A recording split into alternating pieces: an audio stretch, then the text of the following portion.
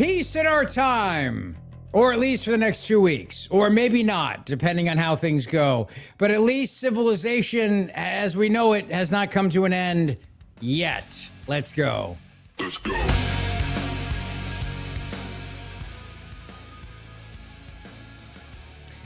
Actually, the civilization that is coming to an end is the Democrat Party.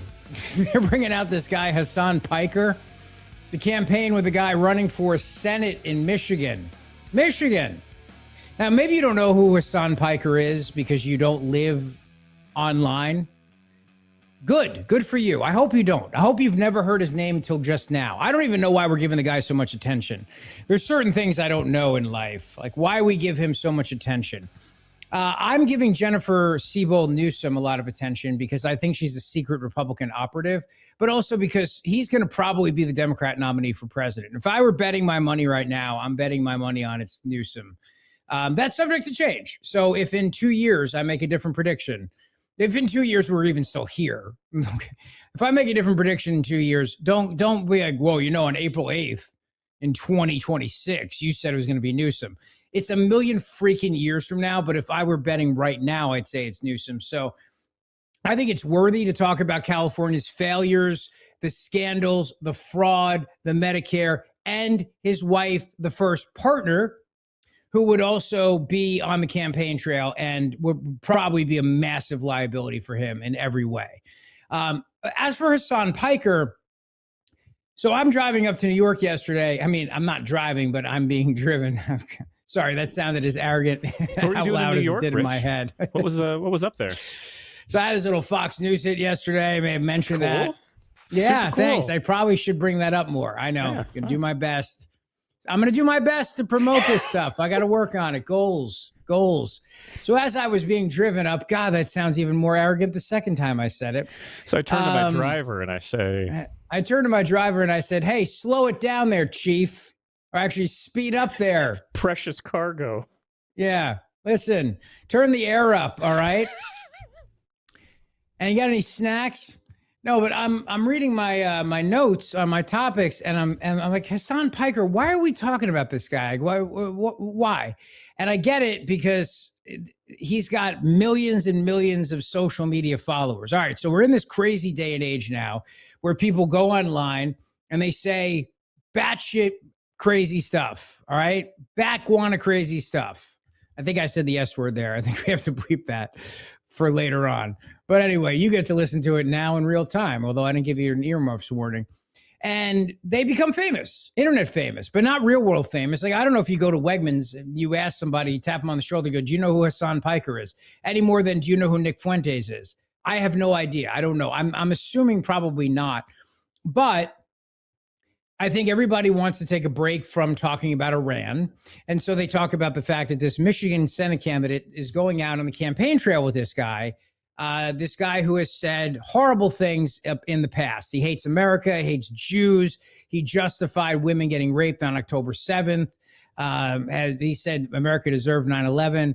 And they bring this stuff up in conversation at the same time. When Fox News is bashing the guy, all you're doing is help promoting the guy's podcast. I mean, that's what it is. You're promoting the guy's podcast. So it's not necessarily that I would have chosen the topic, but hey, you know what? It's the topic, and I'll be ready to talk about it. So what I said was really the fact that this candidate who's running for Senate in Michigan is choosing to be on the campaign trail with him says a lot about the Democrat Party. And don't forget, this was the guy who was caught on that secret audio recording among his campaign team saying, let's not bring up Khomeini's death because a lot of people are sad about it in Dearborn, Michigan. So this guy, if he wins the primary, he's going to probably lose the general election in Michigan, which is a state that Trump won, but I don't know, maybe. But what it shows you about the state of the Democrat Party today is that you have to appeal to the craziest fringe element. You do. There are no Republican candidates taking Nick Fuentes out on the campaign trail with him. Why am I bringing up his name? Because when Bill Hemmer, the host of America's Newsroom, which is on Fox News, which is the show that I was on yesterday. If I failed to mention that, my sincere apologies. You realize this is what I call self-deprecating humor, right? Like, I am making fun of myself right now, with all this shameless self-promotion. If you can't figure that out by now, we can't be friends. All right. Is he taller in person? How's he look? Is he? Hemmer is incredibly handsome in person. Yeah, he looks incredibly handsome. Yeah, like I think the guy is a stud in every way, shape, and form. His co-host, her name is Danielle.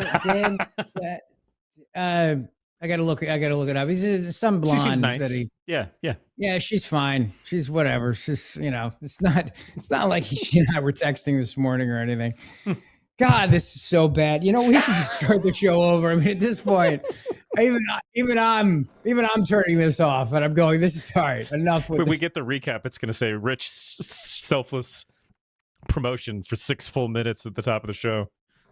I swear this is self-deprecating humor. I swear. I promise you. Well, I really mean it. Rich, it is, because us talking about Fox on your podcast isn't really helping Fox that much. If you talked about your podcast on Fox as much as you talk about that, like, we'd be doing great. If everything would be flipped around. I don't even mention it. Yeah, I don't even. Casually. They put it on the Chiron, but I don't. It's not. I don't even find a way to weave it in. Like, well, Dana, on my podcast yesterday, I was mentioning this very thing. You don't. On my podcast, I know, I hate 3 when o'clock people do daily. that. It's thank you for not. No, joking. I hate when awful. It's like when you have authors on and like, well, like I say in my book, it's like we got it. Bring it back around. Got it. I know.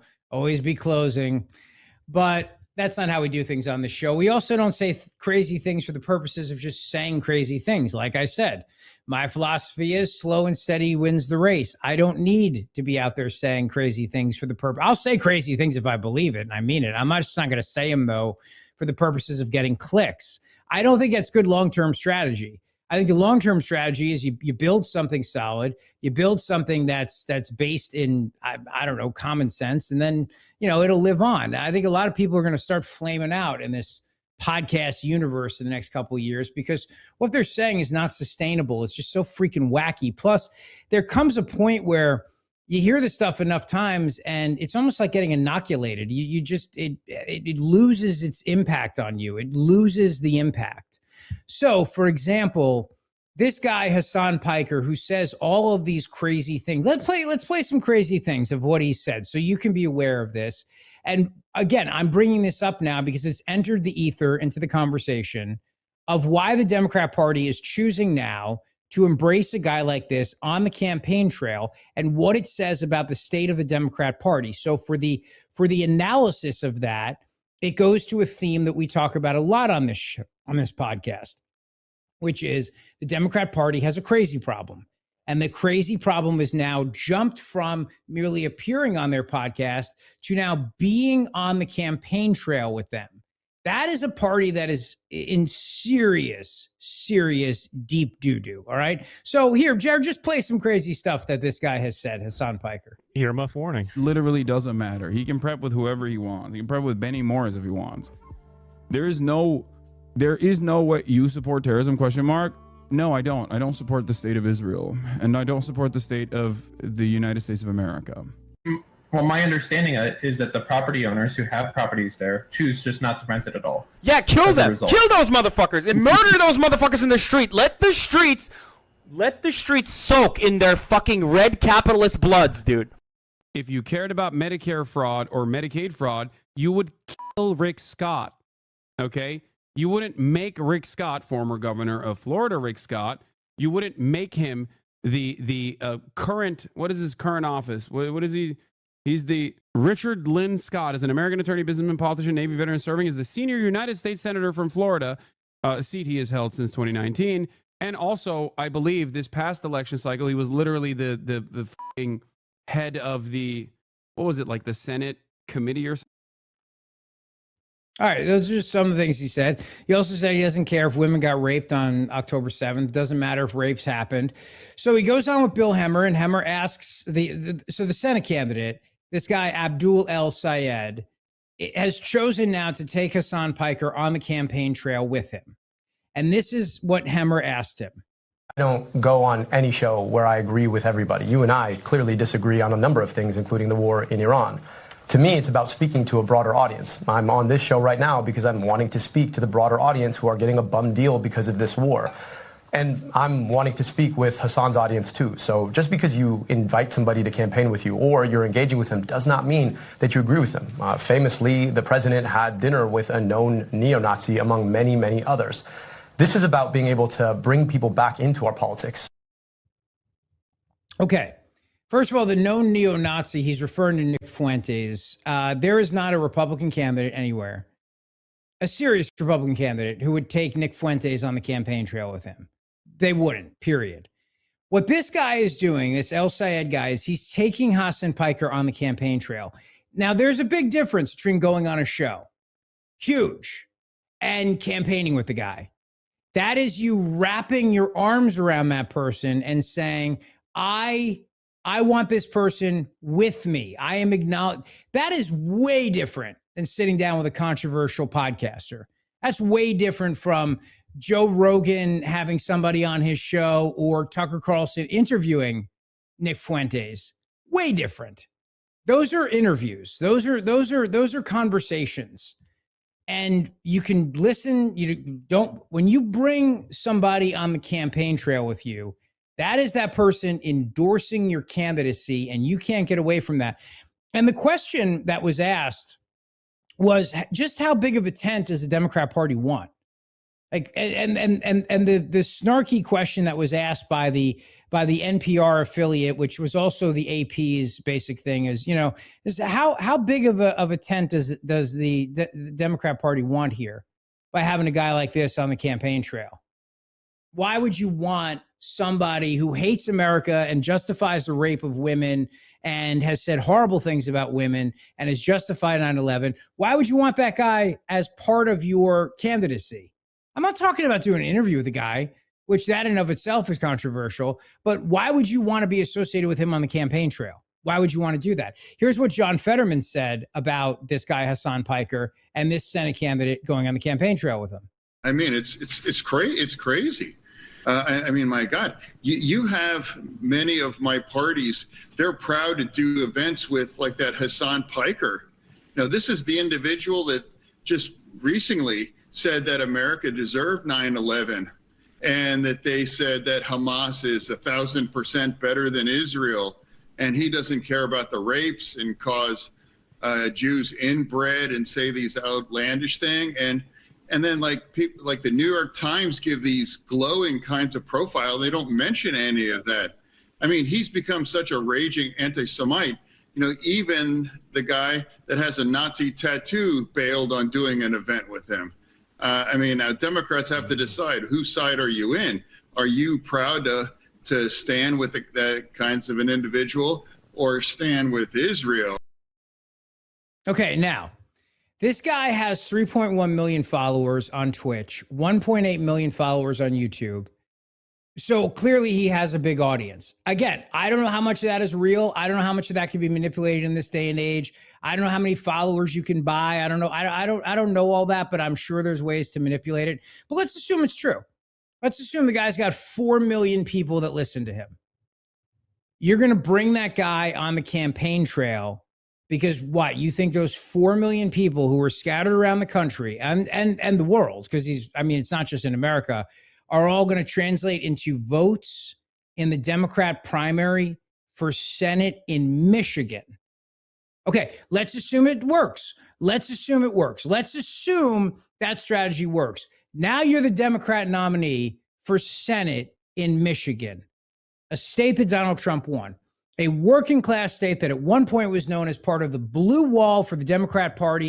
You had to win Michigan. You had to win Michigan. You had to win Pennsylvania. You had to win Wisconsin. You had to win Minnesota. You had to, at one point, Ohio was part of that too, but that's now a red state, thank God.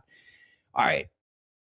You, in a general election now, to get that nomination, you now have to justify to a lot of women voters in Michigan how you were okay being on stage with a guy who justified rape, who said horrible things about women. You got to justify to veterans that you were willing to campaign with a guy who was out there saying that America deserved 9/11. You got to win over all these Jews in your state from a guy who says that Israel commits genocide and has also said other anti-Semitic things. And you got to do that in a general election.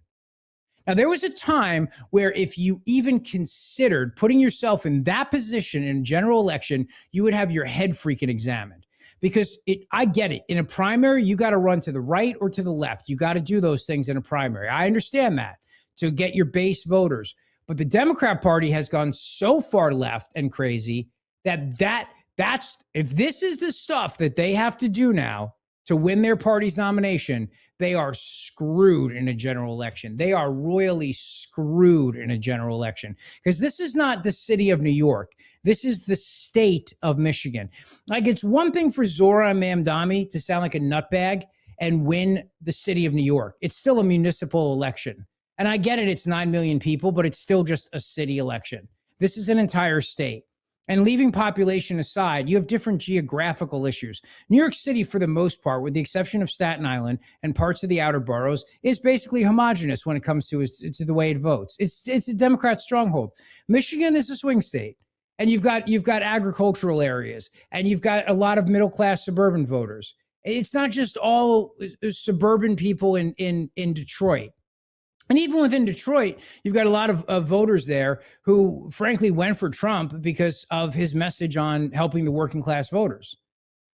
So it shows you where the Democrat Party is right now, and it's freaking nuts. But it also shows you the state of our politics today, where you've got politicians now who are not just willing to engage with people that say crazy, hateful stuff because they have big audiences. They're willing to be out on the campaign trail with them. That's nuts. That's a crazy place to be. So how much of a Big Tent do the Democrats want? I guess it's that big. But it's a terrible strategy for the general election. So good, let them do it. I say bravo, bring it on. Let Hassan Piker campaign with every Democrat running in the House and the Senate in this coming election. Those Democrats will win the primary and then go down in flames in the general election. It'll be a beautiful thing to watch. That's the big story of the hour, brought to you by Dr. Mike Veneria, Veneria Dental. Go see him today for your perfect smile. 2 locations to serve you in Cinnaminson and Woodbury. Dr. Mike will give you the beautiful smile you deserve. He's a great guy and a great friend, and he is the master of dental implants. There's no one better, simply no one better. Obviously, we have a ceasefire with Iran now for 2 weeks. Secretary Hegseth spoke this morning, and Caroline Leavitt reiterated that at the White House press briefing today, that basically now Iran was begging for a ceasefire after the president threatened to annihilate an entire civilization. Here's what the Secretary of War said. Contrast that with, most significantly, in last night's wave of more than 800 strikes, we finished completely destroying Iran's defense industrial base, a core pillar of our mission objective. What little they have left buried in bunkers is all they will have. They can still shoot, we know that. Their command and control is so decimated they can't really talk and coordinate, so they still may shoot here and there, but that would be very, very unwise. But they can no longer build missiles, build rockets, build launchers, or build UAVs. Their factories have been razed to the ground, set back in historic fashion. You see, had Iran refused our terms, the next targets would have been their power plants, their bridges, and oil and energy infrastructure, targets they could not defend and could not realistically rebuild. It would have taken them decades, and we were locked and loaded. They couldn't defend against it.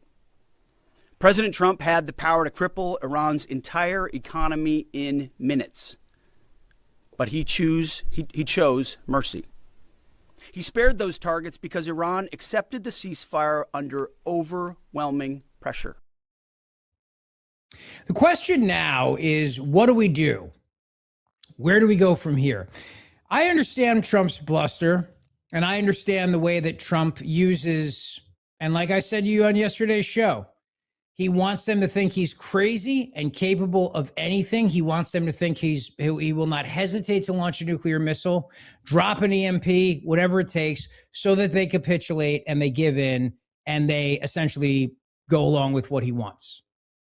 But the question is, when he writes down an entire civilization will be destroyed, should one person have the ability to make that call all by themselves? Now, Let's understand there's two separate issues here. The first one is the use of nuclear missiles. I'm going to put up a graphic for you, the authority to launch nuclear forces. It is, I read a book years ago called Command and Control. It's an excellent book, highly recommend it. It's all about our use of nuclear missiles and weapons and how the authority was given solely to the President of the United States of America. Remember, World War II happens. President Truman makes a determination to drop 2 atomic bombs. That was a decision that he made as commander in chief in a war that was declared by Congress. After that, we realized as we started building these long-range intercontinental ballistic missiles, the president would have approximately 10 minutes to make a decision if one was launched or about to be launched. So as the technology was developed and we could figure out now, okay, the Soviet Union looks like they've opened their hatches, meaning that the missiles were about to launch. You got to go back to the 1950s for this. President's got 10 minutes. He doesn't have time to call Congress. He doesn't have time. Congress doesn't have time to take a vote. He doesn't have time to poll the one. And it's also possible maybe we were just hit with a nuclear strike. President can't reach anybody. So he and he alone has the authority to launch nuclear missiles. That is not subject to debate. You cannot disagree with his command. A general will go to prison if they don't agree to launch. He's got the codes, and as long as he's got those codes and he launches them and gives the order, they got to launch, period. That is done because we don't have the time for debate. And I'm not questioning that. Because unfortunately, the reality is these things travel very, very fast. And the question that a president has to make, and it's not an easy decision, is, do I take out all of theirs before they take out all of ours? Do we hit first so that they can't hit anything? We know they're going to strike. Or do we not? I mean, this is the debate. We're not in that position right now. Right now, we have a 2-week ceasefire. So the other question is, should Congress declare war? Now, the declaration of war clause, and I'll put up another graphic for you, was a piece written by John Yoo, Professor John Yoo, and it's controversial. Is declaring war simply something that Congress does pro forma? Is it a ceremonial thing? Is it like saying May is Women's History Month or March, whatever it is? Is it like naming a post office? Or does Congress have the power to declare war? It depends really on who's in the Oval Office, because I've heard people for years argue that Congress has that power who now say it's just basically pro forma and ceremonial. But I think one thing is clear. While Iran may be a threat to the United States of America, Iran is not a clear and present immediate threat to the United States of America. So there's no reason why Congress cannot debate this issue. And there's no reason why Congress cannot give the president formal authorization, if not a full-out declaration of war, authorization to conduct strikes. I think it would be in line with the Constitution. Because what we really have to think about is here, leaving the imminent threat of immediate nuclear war off because that's not what we're talking about here. We know Iran does not have nuclear weapons. So the debate now is whether or not Iran is a threat to the United States of America and our allies in our region. And by all accounts, most people have concluded the answer is yes, but they're not a direct and immediate threat to the United States. In other words, they can't launch a missile today. The Soviets can, the Chinese can, the Indians can, the Pacs can. There's a lot of countries around the world that can. They have nuclear missiles. They can launch nuclear missiles today. So I'm not suggesting for a minute that if the Soviet Union starts launching nuclear missiles, President Trump needs to go to Congress and ask for a declaration. That's not what I'm saying. But here you have a situation where we have a 2-week ceasefire. We have these 10 points that Iran has agreed to, and we presume that nothing's going to happen in those 2 weeks. And then you hope that the 2 weeks becomes 4 weeks, and it becomes 6 weeks, and it becomes longer than that. So my point is, now's a perfect time for Congress to do what is, at least in the spirit of Article 1, what I believe the framers intended, which is that Congress declares war. So Congress can authorize the president to do certain actions with regards to Iran. Because you really got to ask yourself, this whole idea of one person being able to wipe out a civilization If it's Hillary Clinton in the Oval Office right now who puts out that statement, are you okay with that? Probably not. Probably not so much. So what we have to ask ourselves is, what do we think the spirit of Article 1 is? What do we think the spirit of declaring war is? And in my opinion, the spirit of that is, unless there is a clear and present danger to the United States, not a country that poses a danger, but a clear and present imminent danger to the United States of America, that's where Congress needs to get involved, and Congress needs to debate this, and then Congress needs to provide authorization to the commander-in-chief for the commander-in-chief to then go take whatever actions are necessary to protect the United States of America. And the spirit of the War Powers Act, as I understand it, also is of that understanding. If it's not an immediate, clear, and present danger to the United States of America, then it goes to Congress. And we're also getting to that point of a 60-day window here, where at some point that 60-day window is going to happen. And then Congress has to give authorization or revoke it or revoke funding. So now's the perfect time to open up debate. Open up debate on the floor of the Congress and start having the conversation. Should we be at war with Iran? Should we be at a war with Iran? Should we do whatever's necessary? And then debate what that looks like. And look, I've been consistent on this. I said the exact same thing when it came to Ukraine.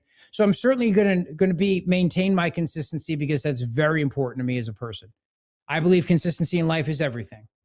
So if I said it about that conflict, I'm going to say it about this conflict. And Congress should take a vote, and Congress should give the president authorization on this. And by the way, I've been consistent on this when it even comes to blowing up drug boats. I've said the same thing too. If we decide that these narco-terrorists, as they're being called, are in fact a clear and present danger to the United States, then authorize the president to be able to use military force against these drug boats, so that he doesn't wind up in a situation where, if the Democrats do take control of Congress, they wind up impeaching him for this, or going after him for war crimes. You know, this whole debate on whether or not blowing up a bridge constitutes a war crime, you know how you solve that problem? You know how you solve that problem? You declare war. Because if you declare war, well, then everything's off the table at that point. You're in the middle of a war. So if you've got to blow up a bridge because you're at war, well, I think it's very difficult to argue you've committed a war crime. You're at war. If you're just doing use of force without any authorization whatsoever, I think the president's putting himself in political jeopardy. So now's the perfect time for Congress to begin that debate. That's how I view it. Let me know what you think in the comments, and weigh in, because we have to be cognizant of the fact that it's not always going to be our guy in the Oval Office. And if one person has the ability, and again, leaving nuclear missiles out of this, because that decision always has to be made by the commander-in-chief, period, without debate. But short of that, one person having the ability to make the determination to wipe an entire civilization off the planet, is that something you're comfortable with one person having, if it's not Donald Trump? And if the answer to that is no, like if somebody else is in the Oval Office tweeting that out, then you need to think about the safeguards and the guardrails that the framers put in place with the Constitution. And it was designed to prevent somebody from being able to unilaterally do something that would bring about the end of civilization, from the perspective of they obviously didn't have nuclear weapons back then, but they did have the ability for a civilization to be destroyed through conventional warfare at the time. So think about that and let me know how you think about that in the comments section. As we continue along the show here today, I wanted to mention to you our wonderful, great sponsor, and that is my friend and dentist, Dr. Mike Veneria. A great guy, a great friend, recognized by his peers for 12 years in a row as the master of complex, masterful dentistry. Dr. Mike is the dentist that other doctors and dentists go to and refer their patients to. He's the guy the experts call the expert in handling complex dental procedures and surgeries. With Dr. Mike, it's not about cost, it's about care. His compassion and commitment to your health is his top priority. There are some things in life you can roll the dice on. I get it. But you know what? When it comes to your smile, it's not one of them. You want to make sure you're going to the best. And that's my buddy, Dr. Mike Veneria. I trust my entire family and their smiles to Dr. Mike. And Bridget, and happy birthday, Bridget. She got a beautiful smile upgrade from Dr. Mike Veneria last year. So do what I do and do what 12 years in a row other dentists have done, and recommend Dr. Mike Veneria. VeneriaDental.com, VeneriaDental.com. Okay, other things for you today. Lawrence O'Donnell breathlessly offended, Pete Hegseth had the audacity to say, "We will leave no man behind." Lawrence O'Donnell, who is craving relevancy. It's like I had no idea 2 days ago who Hassan Piker was. I forgot who Lawrence O'Donnell was. And I kind of wish I didn't remember. That brilliant rescue was described by the Secretary of Defense and by General Dan Kane, the chairman of the Joint Chiefs of Staff, as a long-standing American military rule of never leaving anyone behind. We leave no man behind. That is, of course, the old school version of the idea back when only men flew American military planes. Oh my God, you jackass. General Dan Kane, the chairman of the Joint Chiefs of Staff, put it this way. We leave no one behind. The general knows, unlike Pete Hegseth, that could have been a woman they were trying to rescue, and it might be a woman the next time. It may be. Or what if it's they, them? We leave they, them, no they, them behind. Or Zer behind. Are you freaking kidding me, Lawrence O'Donnell? This is your gripe? This is your gripe. The pronoun usage. That's your gripe. Obviously, if it's a woman pilot, Pete Hegseth's not going to be like, you know what? Let the bitch, you know what? Good luck, lady. Hope you got your boobies or. He obviously, it's a saying like one small step for man, one giant leap for mankind. It's a saying, you jackass. You're desperate for relevancy, you clown.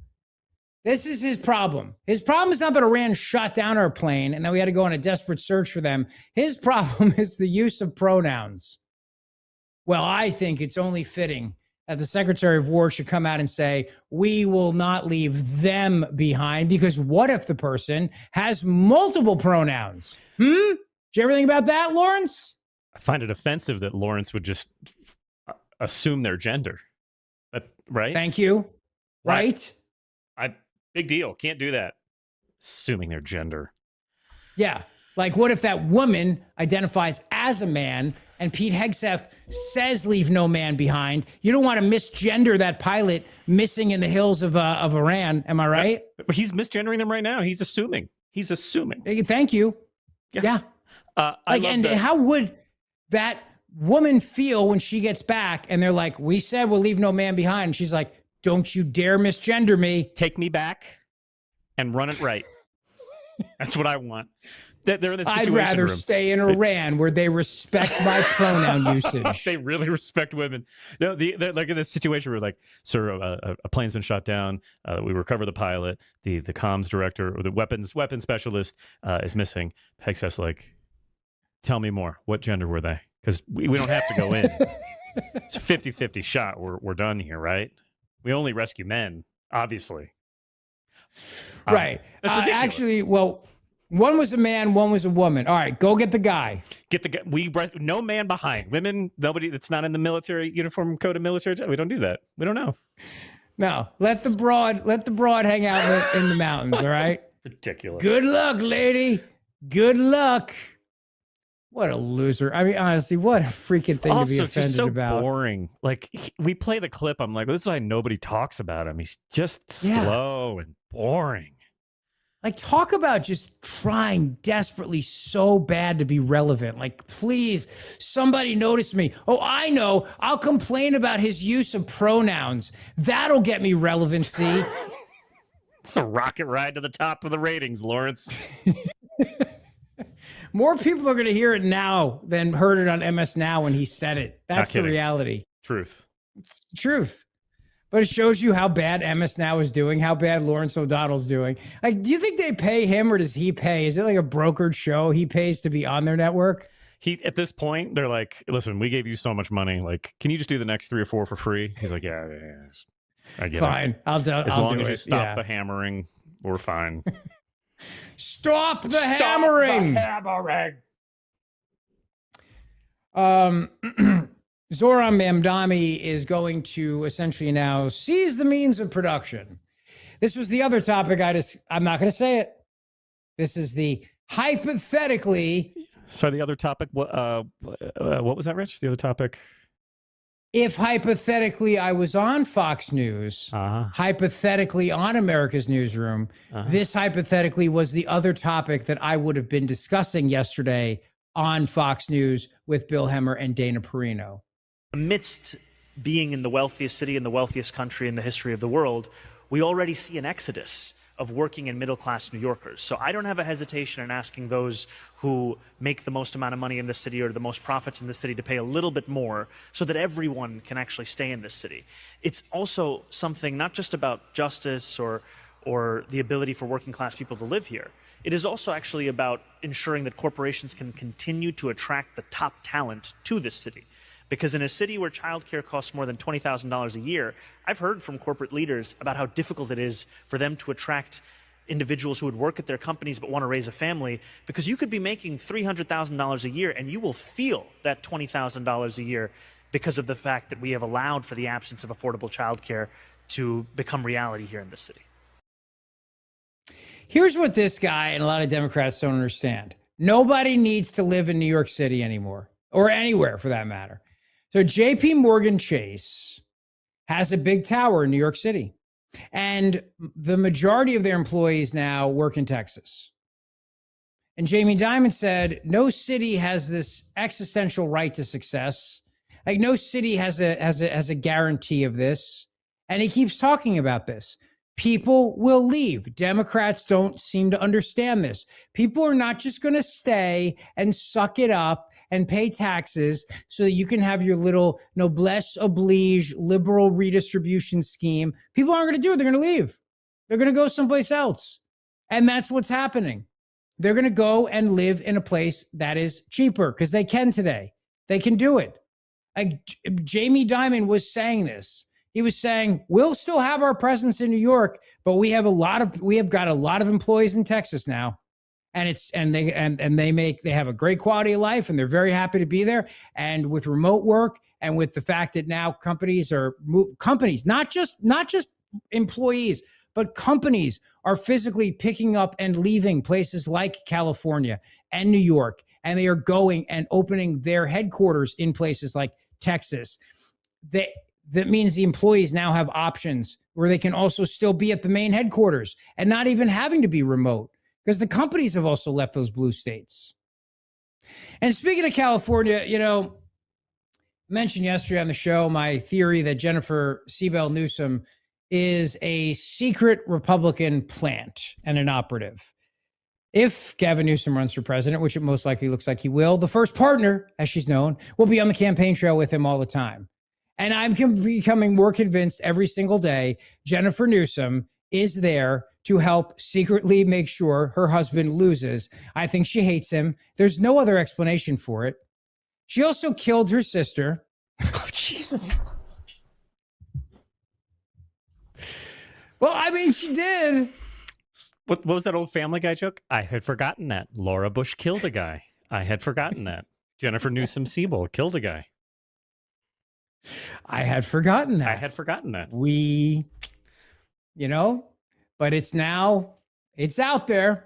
And as my buddy Frank Troy said it to me today, he goes, all right, so she's attractive and she wears skirts and she plays golf.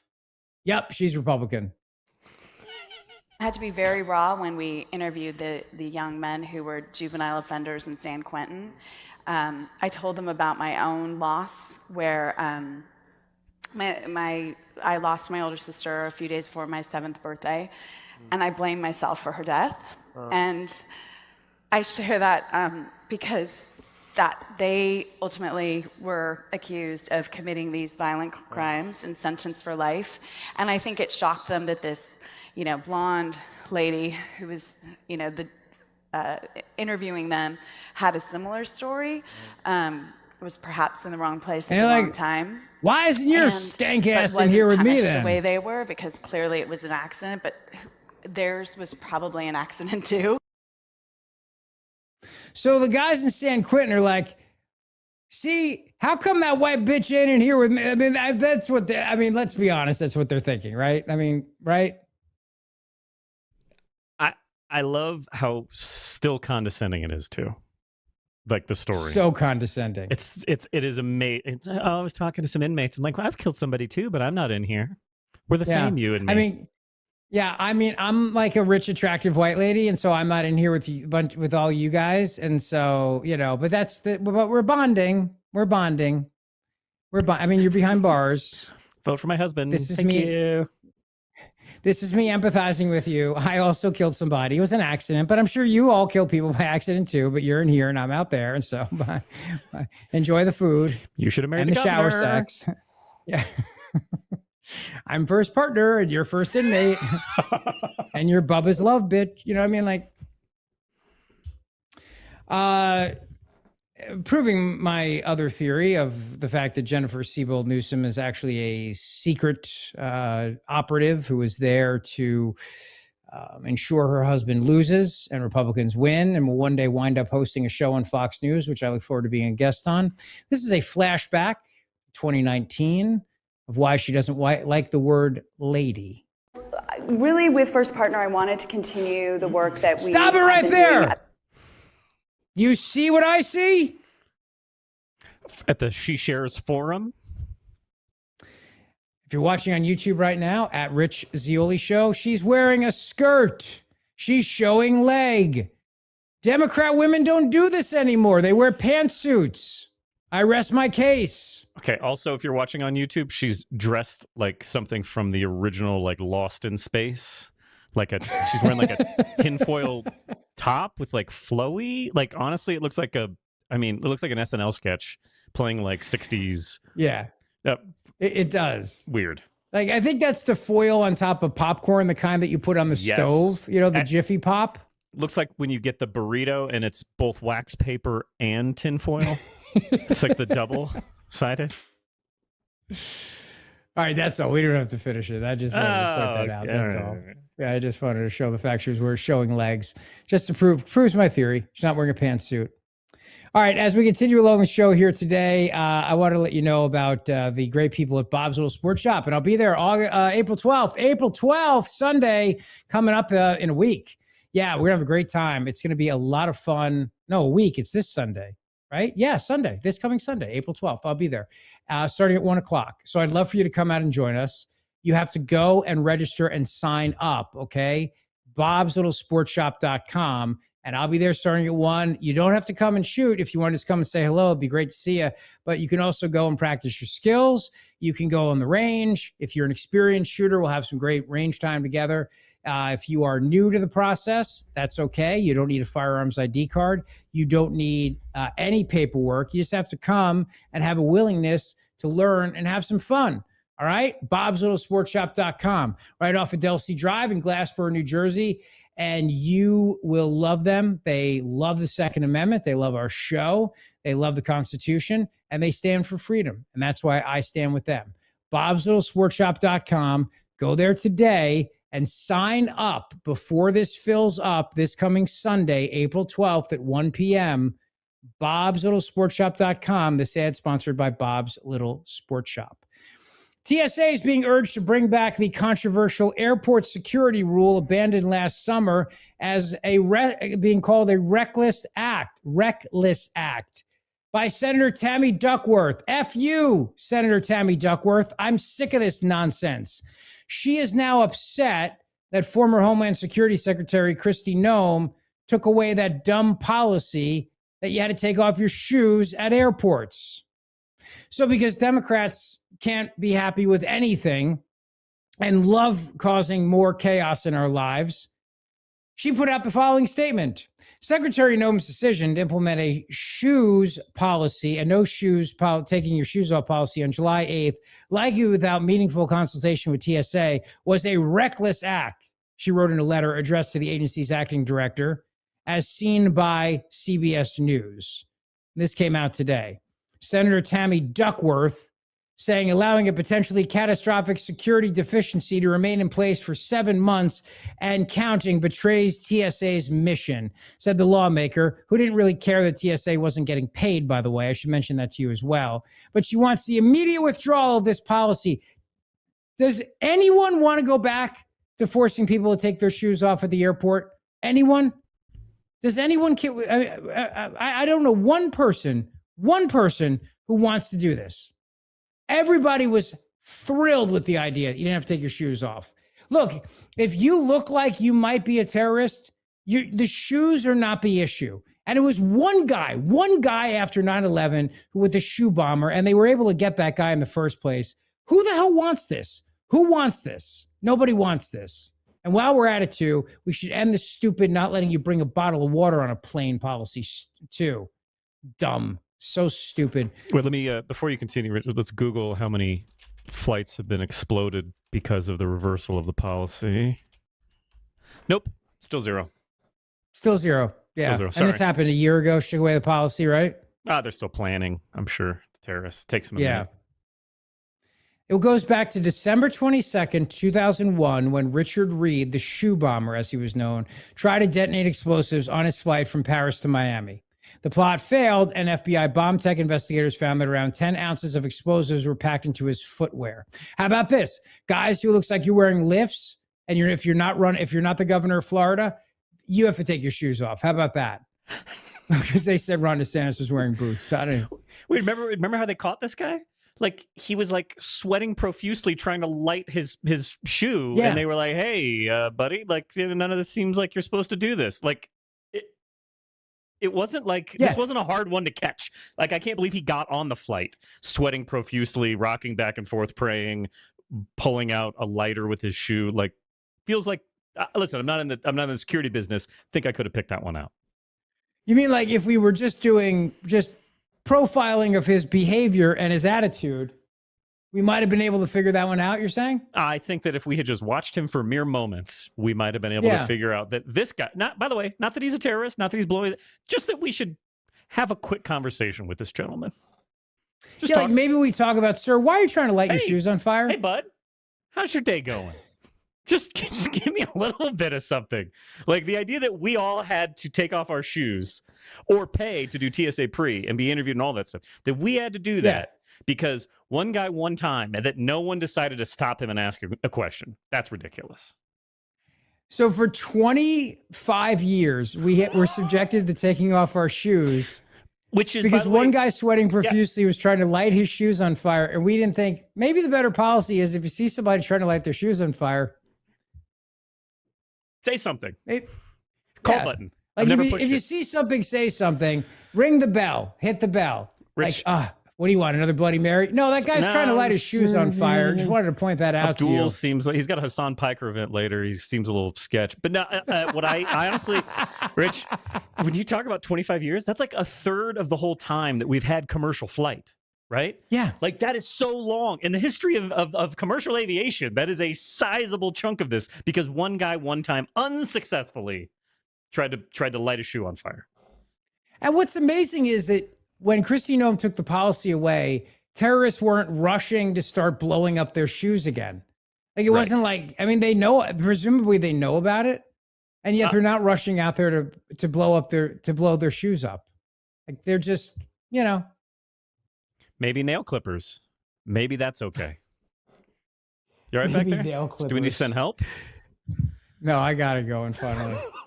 Stupid TV. Dumb. So dumb. Let's play something sensible and reasonable, shall we? How about Kathy Griffin, who doesn't think Trump won in a free and fair election? Again, you're allowed to believe in these conspiracy theories. That's okay. You can talk to Don Lemon. You can have these conspiracy theories. You can say Trump's going to steal the election. He's not going to allow a free and fair election. You're allowed to say these things as long as you're a Democrat. You're allowed to say this. You can come up with the craziest conspiracy theories you want, and nobody cares. All right, look, ready for a tinfoil hat moment? I'm sorry? Are you ready for a tinfoil hat moment? Yes. Okay, I'm just going to be bold and say this.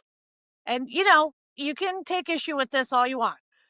I do not think he won in a free and fair election. How do you like that, lefties? Yeah, I said I think you're I'm Kathy wacko. Griffin, and I do not think Trump won in a free and fair election. I believe there was tampering. I don't know. I don't know if it was the Elon connection. I don't know if it was just a few good old boys in the South who didn't do what they accuse us of. If you remember Ruby Freeman and Shay Moss, what they tend to accuse us of is what we find out they themselves did. So I know I'll take heat for this, and people are going to say I'm crazy, but I've been called crazy before, Don.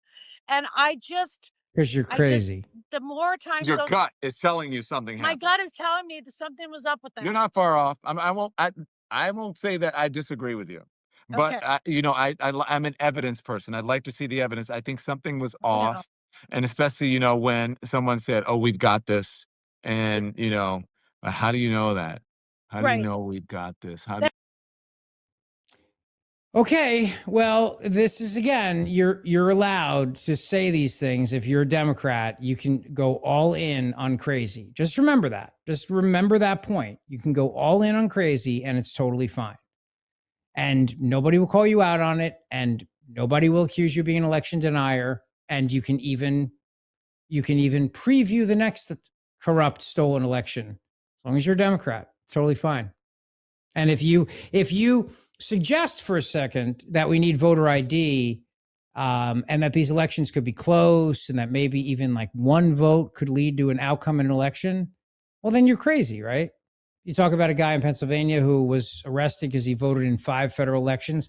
How about this New Jersey town where an election came down to a single vote from a woman in Chicago, Bergen County, New Jersey. That's right.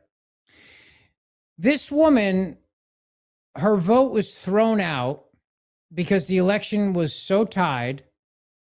13,000 people in this town in North Jersey.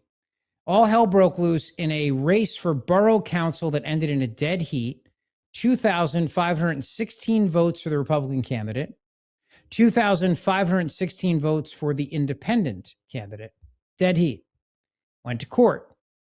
The entire trial, constitutional standoff, a $60,000 do-over election, turned on a question that was never definitively answered. What did one young woman do with her ballot last fall? I still don't know that she voted for me, said Matthew Dumford, the independent candidate. But the judge wound up throwing out her ballot because the ruling from the judge was that, and this tie, it was a tie. This is why every vote matters. It's stuff like this. It may not make national news because it was a little town in Bergen County, New Jersey. After the recount, each candidate lost 1 vote. So they did a recount, still came down to the exact number -1. So the Republican had 2,515. The independent candidate had 2,515. So went to court. And then under New Jersey election ballot law, a ballot with any distinguishing notation can be thrown out on the theory it might allow someone to identify the voter. There were 4 mail-in ballots that were at the issue. 4 mail-in ballots.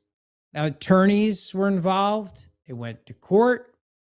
And the judge wound up ruling, and this is insane, the judge wound up ruling that this woman from Chicago should not have been allowed to vote, because even though she was registered in New Jersey, she should not have been allowed to vote because she doesn't really live in New Jersey anymore, even though she's registered there. So they determined that her ballot would be thrown out and that she most likely would have voted for the liberal-leaning independent candidate and not the Republican candidate after, I kid you not, the judge subpoenaed her parents, put her parents on the stand, and talked about the political values of her household, and asked about the political values of how she was raised. And they decided that based on what the parents said, it most likely was that the daughter, who lives in Chicago and voted in the election, probably voted for the Democrat, the independent voter, probably voted for that, and threw out that ballot. Isn't that crazy? And it came down to 1 ballot, 1 mail-in ballot. So when I tell you that voter ID and all these other things and mail-in ballots and all this other stuff. And people were like, well, this stuff really doesn't ever really matter. When does it really ever play out? Played out right here. Played out right here in this situation. And this went on for months, by the way. This went on for months. Crazy, freaking nuts. A crazy, nutty situation involving lawyers who got paid lots and lots of money. The Bergen County Board of Elections got involved, and it ultimately came down on the judge ruled that the woman had been ineligible to vote in Oakland, and based on the testimony about her parents' political leanings, had probably voted for the independent. Therefore, that ballot was thrown out. The independent lost by 1 vote. The Republican, therefore, won by 1 vote. The judge also ruled that one of the 3 disputed mail-in ballots, which had been flagged, had been improperly discarded and should also be counted for the Republican. And one of them should be counted for the independent. And one of them should just be thrown out completely. So in the end, this race literally came down to 1 vote decided by a judge based on mail-in ballots and based on the idea that this woman should not have been voting because she doesn't really live in Oakland, even though she's registered to vote there. She lives in Chicago, which tells you a lot about voter rolls, tells you a lot about mail-in ballots and the problem of how mail-in ballots can be manipulated, because that was key to this case. How some of these ballots could have been and were disputed based on various different markings and that other situations like that. And it shows you how, yes, some elections can be decided by literally 1 vote, because I'm sure there's been times in your life where maybe you were driving home, maybe not you, because if you listen to this show, you subscribe to this podcast, and please do, shameless plug, you probably vote in every election. You probably have never missed an election. You're probably one of those people that believes it's our American right, it's our duty, and you probably vote. But maybe there was a time when you were driving home and it was late, it was raining, whatever it was, and you didn't do it. And you're like, it's 1 vote. Who cares? And and it's a municipal election. It's my town election, so who cares? And it's not like it's why 1 vote's going to make a difference. This town, 1 vote, 1 ballot, lengthy court fight. I think all in. The first recount cost $60,000. The trial, the lawyer's fees, and everything else, all in, probably close to $500,000 of money spent to determine who won this municipal election after they redid the election. So it's a great reminder of why you need voter ID, why you need to clean the voter rolls, because God only knows how many other people are on voter rolls that don't live in the place where they vote, but still vote there, even though they don't live there anymore. Like this woman lives in Chicago. She voted in Dumont, New Jersey, or wherever the town is in Bergen County, whatever the town was. I forget, doesn't matter. And how these mail-in ballots can be wrong based on when they're received. And this is why the crackdown on all these things is so essential. This is why having proper voter ID matters too. Because if that woman from Chicago had walked into the voting place and showed her ID and they would have seen her license and it said Chicago, Illinois on it, then presumably they would have said, you should not be voting in this election, and would have saved the taxpayers a ton of money and time. And if you had scrubbed the voter rolls, presumably they would have said this woman does not live here anymore, and they would have saved the taxpayers a ton of time. And if you had a mail-in ballot system where the ballots were properly handled, or you just didn't do it at all because the only excuse are the valid ones of serving in the military or being away, and it's not just vote by mail for any freaking reason under the sun, maybe you would have saved the taxpayers in this election hundreds of thousands of dollars and a lengthy court fight, and you would have saved a lot of time and agita too. Just throwing it out there for the next election, because now that we have a serious candidate for 2028, finally one has emerged, I want to make sure we get it right. And of course, by the serious candidate for 2028 running for president, I'm talking about none other than Anthony Scaramucci. I thought about doing this at the Capitol steps. I thought about doing this at Cape Canaveral, where we're launching our astronauts to the moon, but we're going to do it right here in our offices. I'm announcing my candidacy for the presidency, Mooch 2028. And it's a red hat, so I'll let you know what party nomination I'm running for.